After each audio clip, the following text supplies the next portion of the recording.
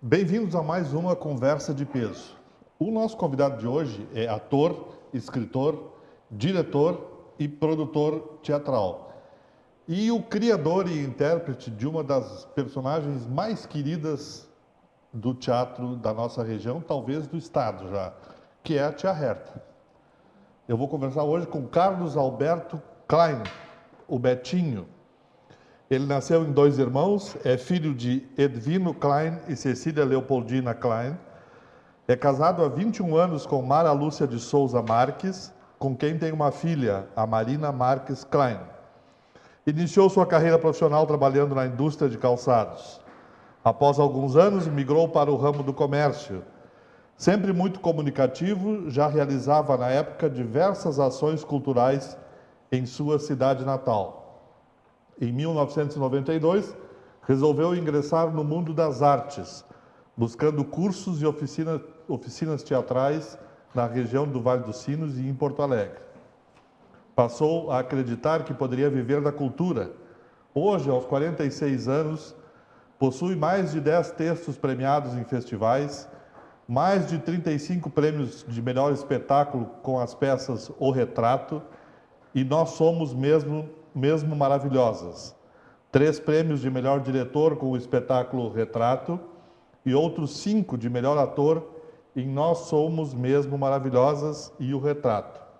Em 2013, foi patrono da Sexta-feira do Livro de São José do Hortêncio e idealizador do primeiro desfile de Natal de Dois Irmãos.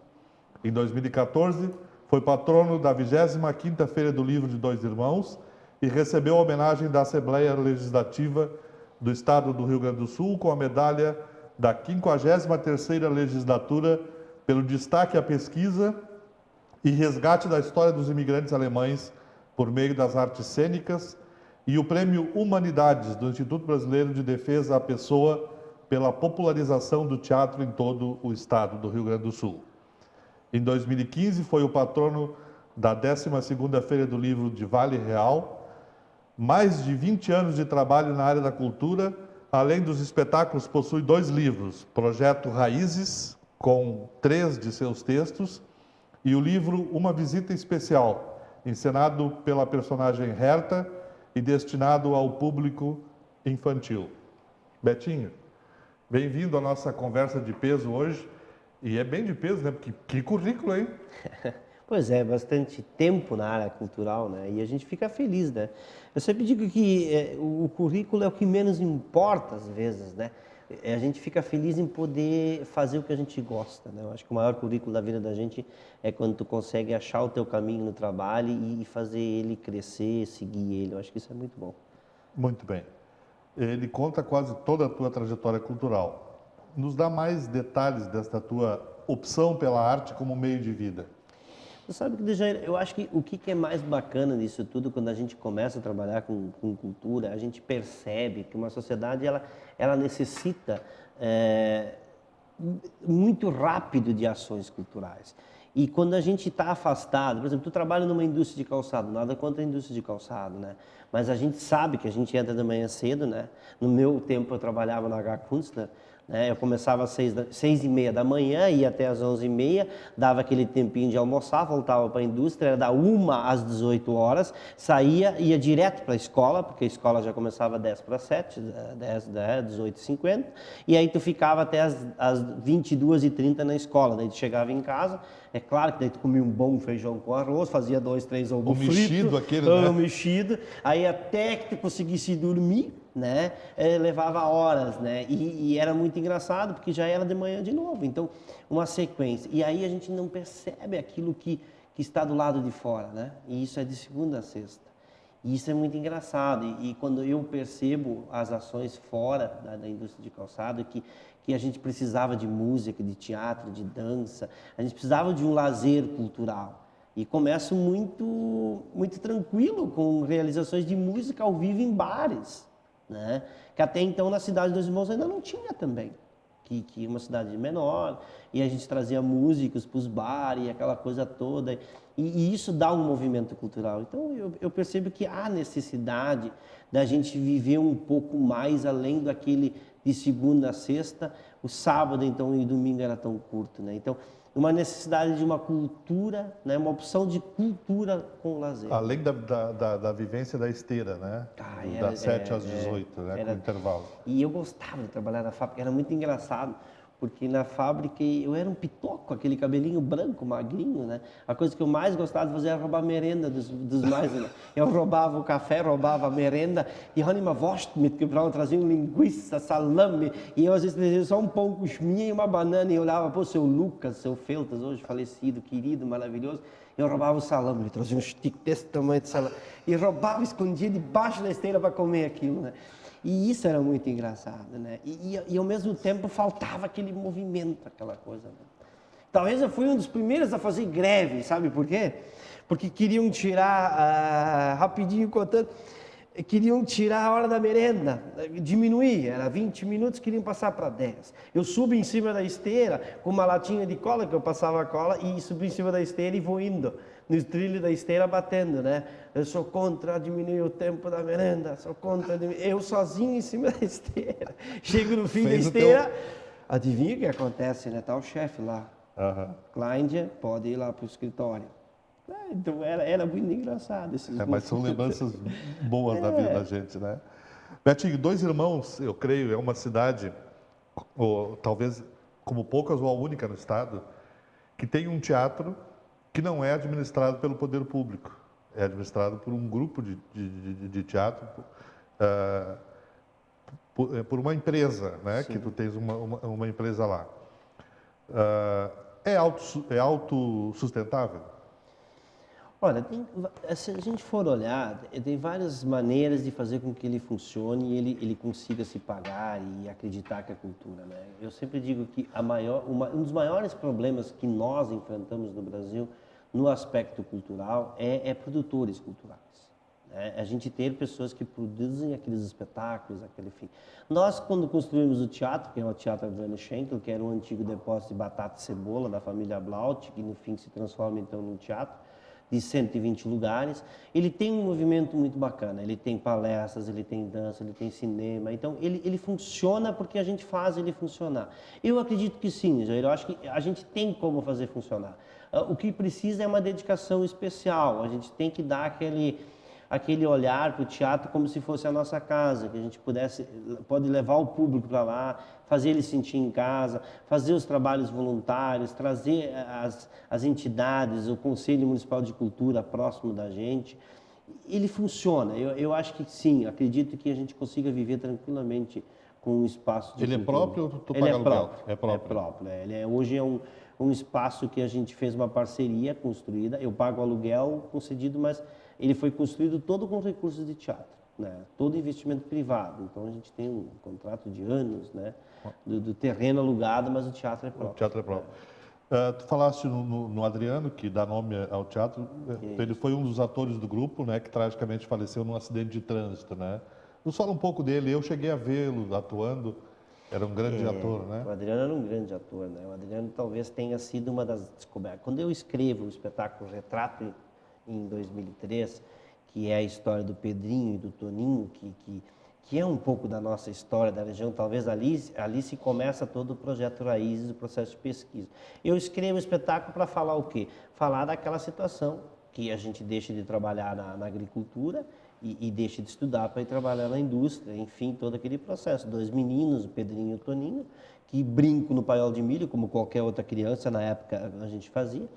E quando eu escrevo o trabalho, eu precisava de um ator, né? Eu precisava de um ator que pudesse dividir o palco comigo. E o Adriano era meu ator, ele era um oficineiro, né? E eu dizia, olha, tu vai ter que vir trabalhar comigo. Mas eu trabalho na fábrica, como é que eu vou trabalhar contigo? Eu não sei, tu pede demissão e tu vem trabalhar comigo, porque tu é a cara do Pedrinho. Eu sou o Toninho, tu é o Pedrinho, né? E ele fica na dúvida, ele fica faceiro e acaba aceitando, né? Acaba aceitando, então ele sai da indústria e vem trabalhar com a gente. Era um grande ator, era um grande comediante. Na verdade, ele era mais ator do que comediante. Ele tinha uma veia de ator muito forte. Ele tinha os seus tempos, ele tinha a sua caricatura. E, infelizmente, a gente volta de uma turnê em Rio Grande, Pelotas e Canguçu, que nós tínhamos feito uma turnê pela cooperativa lá na época de Pelotas. E a gente chega em Dois Irmãos, ele sofre um acidente e vem a falecer em outubro. Este ano vai fazer 10 anos. No dia 17 de outubro vai fazer 10 anos que a gente perde o Adriano, né?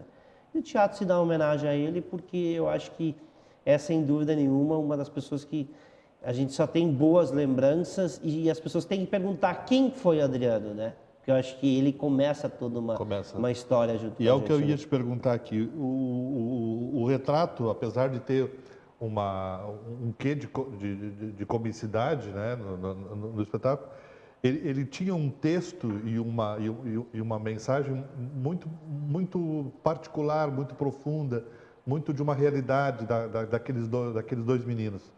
Foi ali que começou mesmo o projeto? O Projeto Raiz, ele começa muito interessante. Sabe que nós tínhamos um grupo de teatro e nós fazíamos poemas de Mário Quintana, Vinícius, Fernando Pessoa. E nós sempre tínhamos um sotaque muito forte. Nós falávamos tão cheio das vezes que às vezes trocavam o P pelo P e aquela coisa toda. Então todo mundo dizia que a gente estava falando errado, né? A gente ia no festival, os jurados diziam, vocês não podem fazer teatro, vocês falam tudo errado, né? E daí nós ficávamos naquela. Tá, mas a gente não fala, não é que a gente fala errado, né? Era difícil a gente tirar aquelas trocas. Mas Mário Quintana, tu não pode falar errado, essas coisas, tu tem que falar certo, Quintana, né? E isso, de uma certa maneira, não é que me incomodava, mas aquilo me deixava assim com aquela pulguinha. Tá, mas como é que eu vou fazer para essas pessoas entenderem que a gente tem o sotaque, a gente cuida o português, não escreve errado, a gente tem todo esse cuidado, né? Eu tenho uma dificuldade, eu troco o F pelo V, e sem perceber. É uma coisa inacreditável, é uma coisa tão... É muito impressionante. Bom, até por causa do personagem da Herta, né? Também, os trocadilhos, eu escrevo a Herta em sotaque, né? Então, às vezes, tu acaba trocando ali. Para mim é mais fácil escrever em sotaque.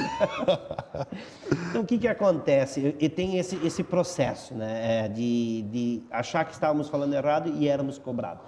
E aí eu dizia assim, mas quando eu fui pesquisar a primeira vez para lançar o Projeto Raízes, eu percebia que ninguém conhecia a história da imigração alemã no Vale dos Sinos, no Rio Grande do Sul. Ninguém conhece. Enquanto que os italianos, eles usavam o sotaque, eles tinham os corais, eles tinham a Dona Nona, eles tinham todo um processo cultural em volta deles, que aquilo era fantástico, aquilo era uma coisa maravilhosa. E nós não. Aí eu comecei a lembrar do meu pai. O meu pai praticamente falava só em alemão porque tinha vergonha de falar em português. A minha mãe não, minha mãe queria fazer em português. E meu pai xingava, para de falar em português, tu fala tudo errado, o que tu está falando? E a minha mãe achava chique. Chique, claro. Ah, eu vou ter isso aí, já falar em português, agora eu tenho. Então, e isso era minha mãe e meu pai. Isso era o meu vizinho, isso era a minha tia, isso era a pessoa do interior. A escola, os teus coleguinhas. A escola, os colegas. E eu dizia assim, mas gente, pelo amor de Deus, as pessoas têm que conhecer essa cultura, esse processo, enfim. A gente tem que parar de ter vergonha, a gente tem que começar a achar. E como fazer isso? Como é que eu vou chegar num lugar e vou dizer que as pessoas têm que me aceitar da maneira que eu sou, né? Da maneira que eu falo, né? O meu pai vai lá no shopping ou ele vai em algum lugar comer alguma coisa e ele, mesmo se rirem, ele não precisa ter vergonha, né? Claro. Aí eu penso, poxa, mas todo mundo viveu isso. Aquela coisa de parar de estudar na 4ª série, né? Por quê? Porque diziam que a gente não precisava estudar, né? Então, todo esse processo, ele surge no retrato justamente para isso, para mostrar que há uma história, que há um povo, e esse povo tem que ser visto, ele tem que ser conhecido. E respeitado. E respeitado. E hoje o sotaque, ele vira poesia. Às vezes eu faço a Herta, eu fiz a Herta uma vez no Teatro São Pedro, e terminou o espetáculo, vieram as senhoras conversar comigo e diziam, fala como é que tu fala quando tu faz o personagem Herta, porque é muito bonito, isso parece poesia, nós não conhecia, né? Então, isso é muito bacana, e aí surge o retrato e surge um pouquinho esse aspecto. Nós vamos falar um pouquinho para as mensagens dos nossos apoiadores e voltamos depois com o carro-chefe do grupo, que é a Tia Herta, que estourou, né? E faz um grande sucesso até hoje. Um segundo só, já voltamos.